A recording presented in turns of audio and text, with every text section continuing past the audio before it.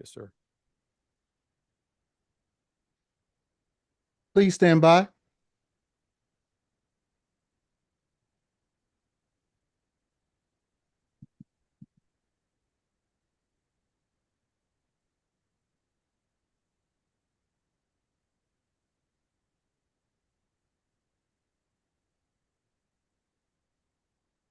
Welcome to the 2025 College Football Playoff Semifinal at the 89th Goodyear Cotton Bowl Classic opening news conferences featuring the head coaches of this year's participating teams. This news conference is featuring Ryan Day of 8th seeded Ohio State. I am Scotty Rogers, Vice President of Communications for the Goodyear Cotton Bowl Classic, and I'll be your faceless moderator for today's media session. Each coach will appear separately, starting with Coach Day now, and Texas head coach Steve Sarkisian at noon Central.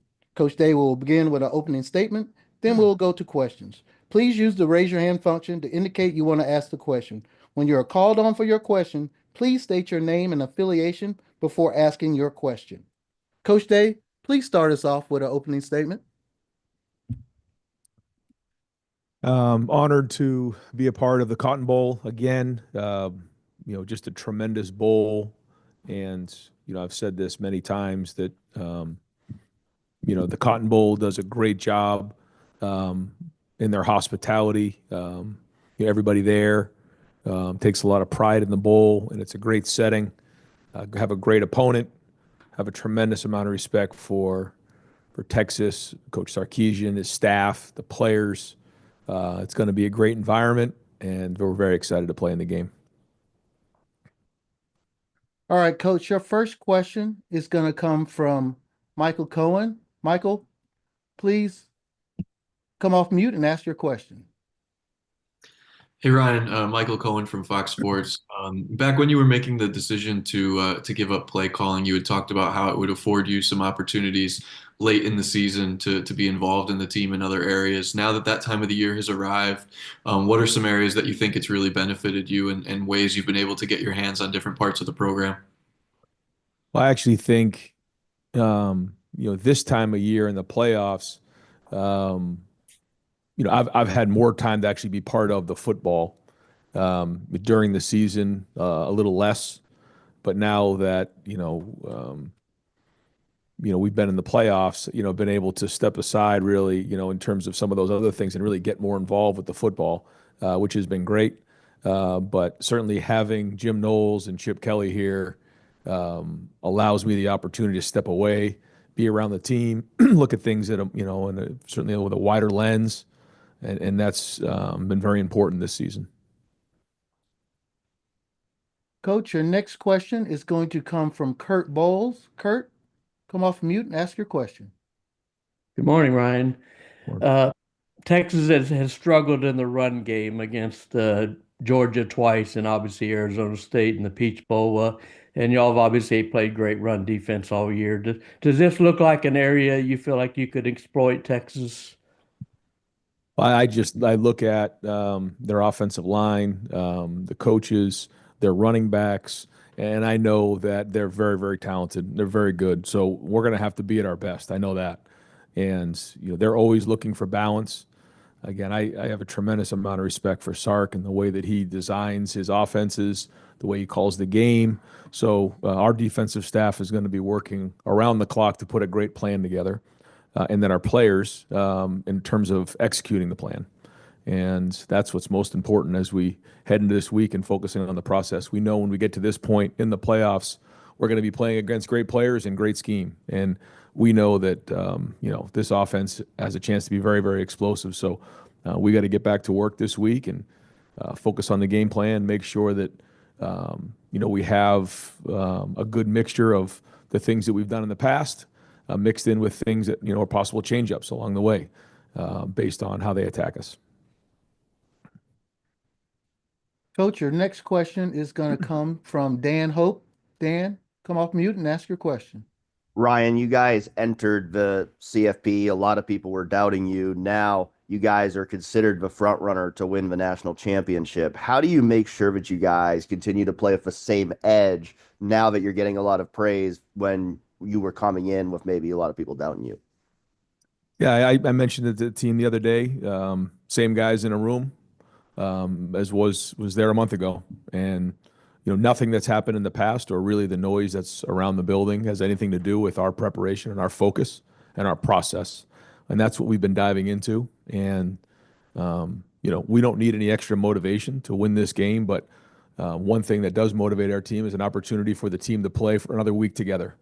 And this is a great group of guys that cares a lot about each other, have fun with each other, they love competing with each other. You can see the passion on the field when they get on the field. And I think the way that this format is and the way the playoffs are set now, it allows us an opportunity to grow as a team and to learn and to get better and to peak late in the season. And so I think we've learned a lot about our team. I think we've grown a lot as a team. And we're banking on this to be our best football of the season. But these guys, they care a lot about each other, and we're just going to focus on the execution and making sure that we're preparing ourselves as best as we possibly can to go play this game against these guys on Friday night, and that's it. Nothing else matters. I've said this before. Nothing that's happened previously is going to have any effect on what's going on other than learning from our experiences. So we got to do a good job of starting from scratch again. And I think that's one of the things that our guys need to understand is that when you're playing in playoffs, it's almost like, seasons within themselves during that week. And that, you almost start from scratch, and you can go through and you say, okay, here's your opponent, here's your process, here are the walkthroughs, here are the meetings, here are the practices, here are all the things that come with preparing for a game like this to be at competitive excellence. And so we got to do a great job this late in the season of being disciplined to do a better job than Texas. Coach, your next question is going to come from Tim May. Tim? Can you hear me? I Yes. can. Oh, sorry, man. The mute button was a weird place. Ryan, what is the biggest advancement that you've seen Will take from that new guy that walked in a year ago, basically, to being a leader? Like Justin Fry talked about how he stepped up as a leader when you've had those offensive line problems, et cetera, and just kind of, took him by the horns and said, this is not going to stop us and stuff. What just stands out most about him at this moment? Well, I think even for somebody who's, experienced like he is and with his age, you Yeah. still, you're at a different school, you're in a different program, you're in a different offense. And playing within the offense and being here now for the number of games that he's played, he's learned a lot about himself, but he's also learned a lot of the offense. He's grown into the offense. And I think he understands that his job is to be the number one leader on the team and on the field, and that the team is going to take on his personality. But in terms of the football on the field, I think he's done a great job off the field of grasping the concepts. He's put a lot of work in with Chip and with Billy. When the first couple words come out of a play, he can finish it for you, and that's when he knows exactly what's going on. He makes sure everybody's on the same page. When you're in the huddle, you can communicate a lot of information, situation, down, distance, score, all those things that come into play. And so, I think that's been important. I also think his footwork has improved. And I think when his footwork is on time and he's able to, time some things up in terms of his play actions and drop back passes, you're seeing him play, really good football, making good decisions and throwing the ball accurately. Coach, your next question is going to come from Bill Rabinowitz. Bill, go ahead. Hi, Ryan. Slow starts were kind of a problem for you during the regular season. Obviously, not a problem in the playoff. You guys have gotten off to great starts both games. Has there been any extra point of emphasis on that? Is there anything you can point to explain why you guys have gotten off to the starts that you have, and how important has that been? Obviously, we've always wanted to have fast starts. I mean, we all know that, but I do think that we've talked about early in games. You want to set the tone for the game. As an individual, but also as a team, as a unit. Both games we've started off with the ball and we've gone right down and scored. And so execution fuels emotion, and that certainly has a big part of it. They go together, and we've executed well on those first couple drives, and that's had a big part of it. Defensive got some 3 and outs early in the game, and we've been able to jump on the last 2 opponents. But we also know that when we get into halftime, we got to go play in the second half. And we didn't do a great job of handling the middle 8 in this past game, and so we got to get that fixed. The issues are always there. You come out of a game like this, it's easy to say, well, everything was great. It wasn't great. There was a lot of things that we got to get better at if we're going to beat Texas. And so we got to make those adjustments coming out of the game. We got back here yesterday, got back on the film. It was a quick turnaround, but the guys did a great job getting in here, getting on the film. We kept our routine. And so, that's going to be the focus. But yeah, we always want to get fast starts, but we know it's going to be 4 quarters. And, we got to come out of halftime. And I think that's the thing that, we talk about all the time. When you come into halftime, it's going to be one of three things: you're leading, it's tied, or you're losing. And then how do you, figure out how you're going to go adapt in the second half to go win the game? Thank you. Coach, your next question is going to come from Kenneth Berry. Kenneth, go ahead. Good morning, Coach. Just in regards to, obviously a lot's changed the year. Obviously, Cotton Bowl appearance last year against Mizzou. Circumstances were much different. So, just how have the young guys on this team? Obviously, Jeremiah Smith is pretty special, but how have the other young guys on this team followed the message of the seniors and kind of locked in terms of knowing like they're one game away from a national title, playing back in the Cotton Bowl? Yeah, well, we're 2 games away from a national title, and the only way that we're going to get to that final game is to win this game, and that's it. And I think yesterday we were able to talk a little bit about that, but once that's done, the Oregon game is over, and you got to move on from that, just like we've had to move on from other games in the past. And the only thing that matters is this game right here, playing against Texas. And again, our motivation right now is keeping this team together one more week. And then we'll go from there and figure out what's next after that. But everything else right now is a distraction. And like you said, the leaders are the ones that have to set the pace on this. And when you're a young 18, 19, 20-year-old person, it isn't always easy to stay locked in for this long of a time. And I think the team that can be disciplined enough to do that and continually prepare at a high level and not cut corners, not fray, not get distracted, not try to take shortcuts this time of year, is going to give themselves the best chance to win. And so we've got to do the best job we possibly can of preparing for this game. And that's our focus, and that's our process right now that we're going to continue to dive into. Coach, your next question is going to come from Stephen Hawkins. Go ahead. Ryan, obviously talking about AT&T Stadium, how much does the familiarity with the place help? And I know there's a special place. It's a special place for Ohio State coming 10 years ago after the championship, but also for Will Howard, won a championship there in the Big 12 just 2 years ago. Just talk about Will's kind of being able to go back there and you guys going back there. Yeah, and even for me with the TCU game, so there's a lot of history there, and I don't think that really has anything to do with anything, quite honestly. We got to go play on the field, but it's a great venue. We've had a lot of great games there, and I know we have great fans, in the Dallas area and throughout Texas, and so we know it's going to be a great atmosphere. Next question is going to come from Cedric Golden.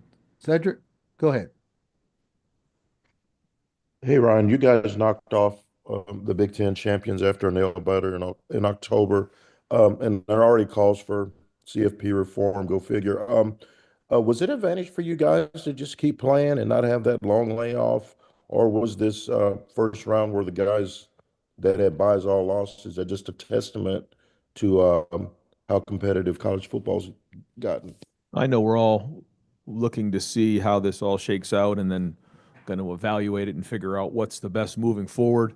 I don't really know the answer to your question, other than the fact that I did feel like, we've talked here in this room about going back and watching some of the old NFL teams and winning that first wild card game, and then getting some momentum into the playoffs and continuing to play. There's been evidence of that throughout the NFL playoffs, because there really has never been a college football playoffs like this before. So you go back on things that you can best compare to.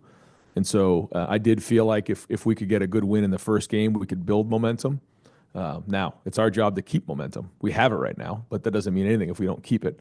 So, we'll continue with our process. These games are coming fast. They're not bowl games. They're just like game weeks. And it'll be the same thing there. We get in on Wednesday night, and then we play the game on Friday. So it'll be a quick turnaround, and we'll, again, focus on our process. Coach, your next question will come from Jeremiah Smith. Jeremiah, go ahead. Hey, Coach. Will looked maybe the most comfortable he's looked all season against Oregon. How do you going into this game capitalize on that confidence, that momentum? How do you really make that count for you? We just keep throwing it to you. I know it's great. I've reminded my family many times how amazing the game is week in and week out. Well, I think, again, for Will, the more he plays at Ohio State in this offense with his teammates, he's getting more and more comfortable with everything. And you can say, well, he's played a lot of college football before, and he has. And you're seeing some of those things show up on the field. But just like anything else, you see guys who move from NFL team to NFL team, and sometimes it takes a while to get into the offense and understand it. It's like a language. And when you can understand it, like second nature, that's when you can play your best football. So, again, what does that mean moving forward? Nothing. He's got to go do it from the first snap all the way to the end. And, if you start, thinking back on good games, bad games, and start to think that that's going to affect this next one, you're dead wrong. So he's got to be the best leader on the field. But he also has some confidence right now going into this game, which, again, he's got to continue to build on.